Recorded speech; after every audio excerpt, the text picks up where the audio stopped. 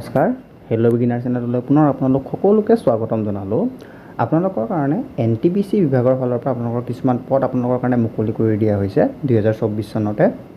আৰু ইয়াৰ গোটেইখিনি পদ আপোনালোকৰ গ্ৰেড 3 পদ হয়, নতুনকৈ নটিচ প্ৰকাশ কৰা হৈছে। আৰু ইয়াৰ গোটেইখিনি কথা মই আপোনালোকক এই ভিডিঅ'টোৰ দ্বাৰাই বুজাই ক'ম। তাৰ আগতে যদি প্ৰথমবাৰ আপোনালোকে আমাৰ চেনেলটো ভিজিট কৰিছে তেনেহ'লে ভিডিঅ'টো লাইক কৰি পেলাই চেনেলটো ছাবস্ক্ৰাইব কৰি ৰাখিব এনেধৰণৰ জব আপডেট ভিডিঅ'সমূহ পাই থাকিবৰ কাৰণে। তো বলক এতিয়া বেছি দেৰি নকৰোঁ, আমি ভিডিঅ'টোলৈ আগবাঢ়োঁ যে আমাৰ ন'টিফিকেশ্যনখনত আমাৰ বিশেষকৈ কি কথা উল্লেখ কৰা আছে।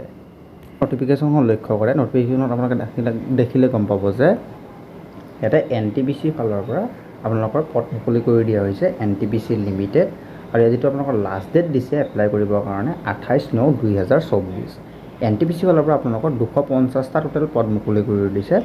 গোটেইখিনি পদ আপোনালোকৰ ডেপুটি মেনেজাৰৰ পদ হয়, ঠিক আছে। ইৰিগেশ্যন কনষ্ট্ৰাকশ্যন এইখিনি আপোনালোকৰ পদ হয়। আৰু interested and eligible candidate May apply hair, যিসকলে মানে এপ্লাই কৰিব বিচাৰে এই পদত আপোনালোকে এপ্লাই কৰিবলৈ পাৰে।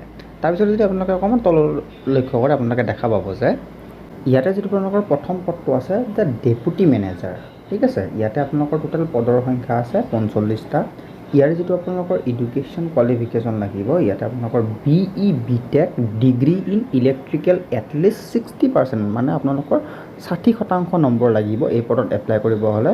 ৰেলেভেণ্ট এক্সপিৰিয়েঞ্চ, মানে লগতে আপোনালোকৰ ইয়াতে এক্সপিৰিয়েঞ্চৰো দৰকাৰ হ'ব এই পদটোত আপোনালোকে এপ্লাই কৰিবলৈ হ'লে। 2 নম্বৰ পদটোত যদি আপোনালোকে লক্ষ্য কৰে যে ডেপুটি মেনেজাৰ, ইয়াতে আপোনালোকৰ মেকানিকেল ইৰিগেশ্যন। আৰু ইয়াতে আপোনালোকৰ টোটেল পদৰ সংখ্যা কৈছে যে নাম্বাৰ অফ পোষ্ট 95টা, মানে 95টা আপোনালোকৰ টোটেল ইয়াতে পদৰ সংখ্যা আছে। আৰু ইয়াৰ কাৰণে যিটো আপোনালোকৰ এডুকেশ্যন কোৱালিফিকেশ্যন লাগিব, ইয়াতে আপোনালোকৰ BE BTech degree in mechanical with at least 60% marks, মানে ইয়াতো আপোনালোকৰ 60% নম্বৰ লাগিব।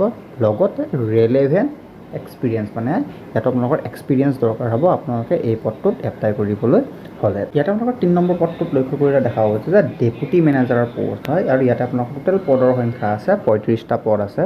ইয়াৰ কাৰণে যিটো আপোনালোকৰ এডুকেশ্যন কোৱালিফিকেশ্যন লাগিব, ইয়াতে BE BTech degree at least 60% marks, মানে ইয়াতো আপোনালোকৰ 60% নম্বৰ লাগিব। লগতে ৰেলেভেণ্ট এক্সপিৰিয়েঞ্চ, মানে ইয়াতো আপোনালোকৰ এক্সপিৰিয়েঞ্চৰ দৰকাৰ পৰিব।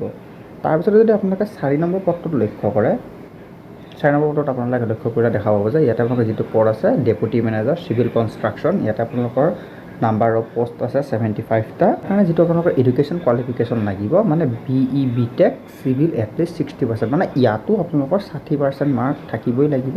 ৰেলেভেণ্ট এক্সপিৰিয়েঞ্চ, মানে আপোনালোকৰ গোটেইকেইটা পদতে এটলিষ্ট আপোনালোকৰ 60% মাৰ্ক থাকিব লাগিব। উইথ এক্সপিৰিয়েঞ্চ থাকিলে আপোনালোকে এই 4টা পদতে এপ্লাই কৰিবলৈ পাৰিব।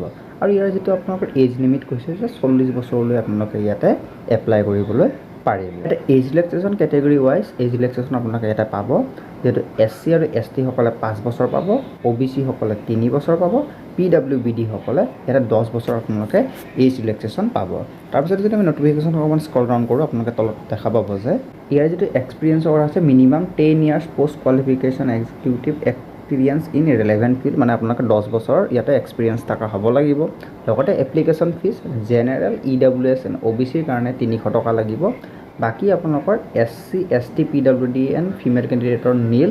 আৰু পে'মেণ্ট মোড যিটো হ'ব আপোনালোকৰ সেইটো অনলাইন আৰু অফলাইন, আপোনালোকে অনলাইন হিচাপে পে'মেণ্টটো কৰিব পাৰিব বা অফলাইন হিচাপে আপোনালোকে পে'মেণ্ট কৰিবলৈ পাৰিব। যিটো অফিচিয়েল এডভাৰটাইজমেণ্টখন হয়, এই এডভাৰটাইজমেণ্টখন মই তলৰ ডেছক্ৰিপশ্যন বক্সত দি দিছোঁ। আপোনালোকে আমাৰ টেলিগ্ৰাম গ্ৰুপত জইন কৰি পেলাই এই অফিচিয়েল এডভাৰটাইজমেণ্টখন তাৰ পৰা ডাউনলোড কৰি লগালগ চাব পাৰিব, ক'তো বিচাৰি ফুৰিব নালাগে। তাতে আমাৰ গ্ৰুপটোত জইন হোৱাৰ লগে লগে আপোনালোকে এই গোটেইখিনি বস্তু পাই যাব। অনলাইন এপ্লাই লিংকো আপোনালোকক আমি তাতে প্ৰভাইড কৰি দিম।